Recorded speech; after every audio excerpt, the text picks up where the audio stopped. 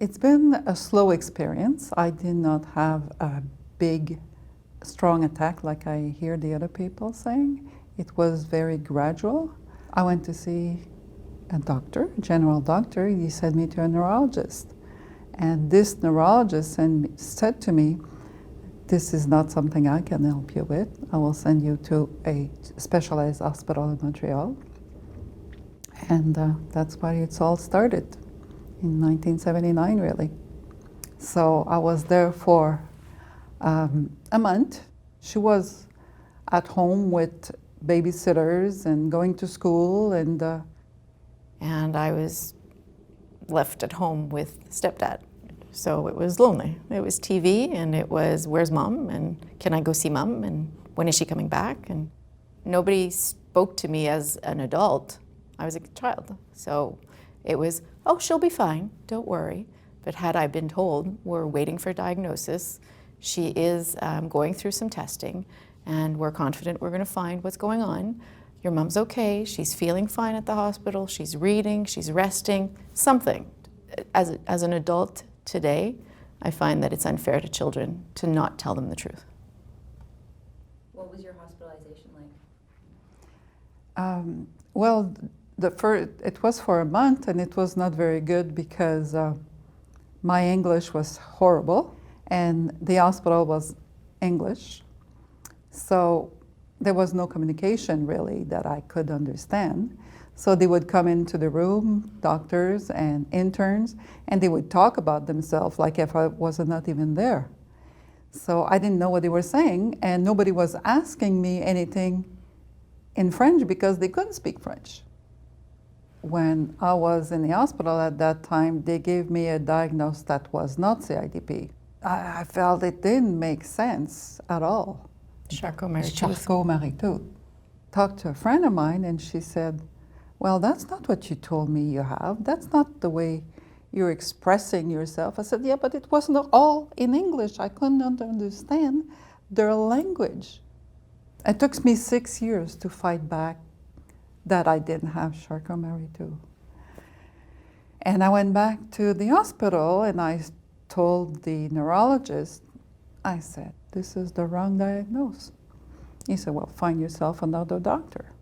My symptoms were really getting worse. The tightness in my feet, the numbness in my legs, the numbness would travel from one leg to the next.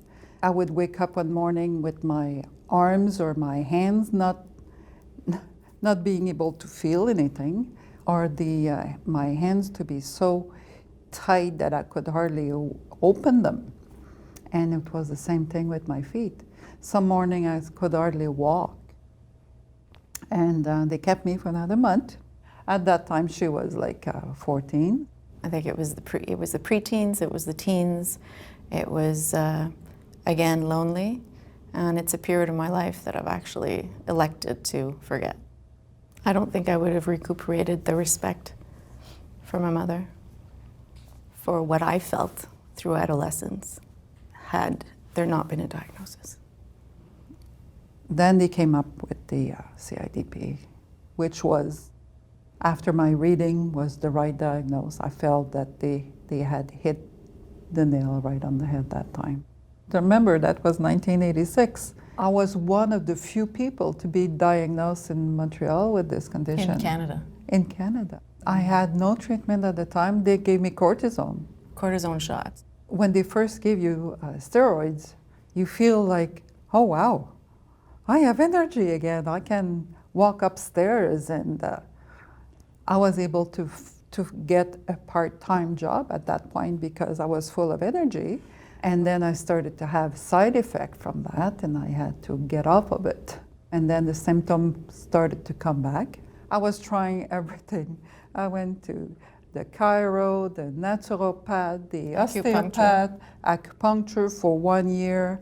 I did reflexology, I did hypnosis, and I was convinced that I was going to beat that up, and I didn't win. From 1986 to 1995, I had no treatment. So how did you feel when you finally did get treatment? It took me 3 days to feel human again. to feel like I had feet under at the end of my legs, and that I had hands that I was able to use for something, even washing my hair by myself. It was fun. I came back home after the third day and she said, "Wow, what happened to you?" I said, "Well, they gave me IVIG, and it works." And I need to go back regularly. Yeah. But I'm going to have a life. I'm going to be able to continue, and I won't be in a wheelchair.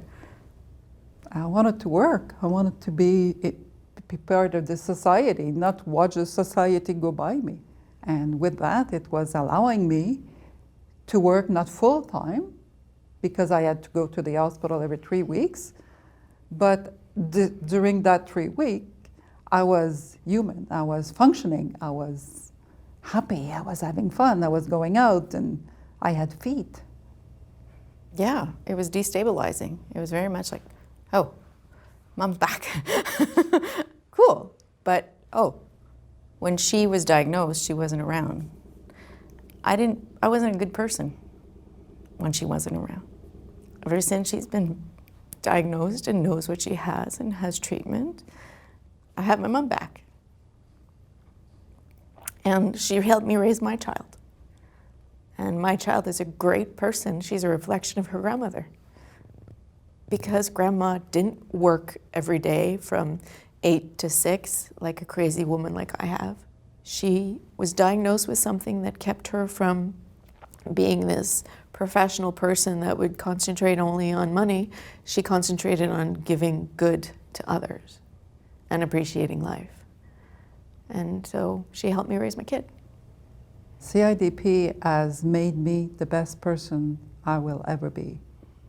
It made me very strong, really positive. I appreciate my life. I appreciate that it didn't take me down. It brought me up. Yes, there's bumps on the road, but my bumps are not as bad as some other bumps that could have been there. I think there's perks to have this, especially if I travel, for example. Yeah, you don't have to wait to I get don't in the have plane. to wait in line. I have a parking pass. I rarely have to find a parking spot wherever I go. I see a lot of the positive of having that instead of seeing what can be wrong with this.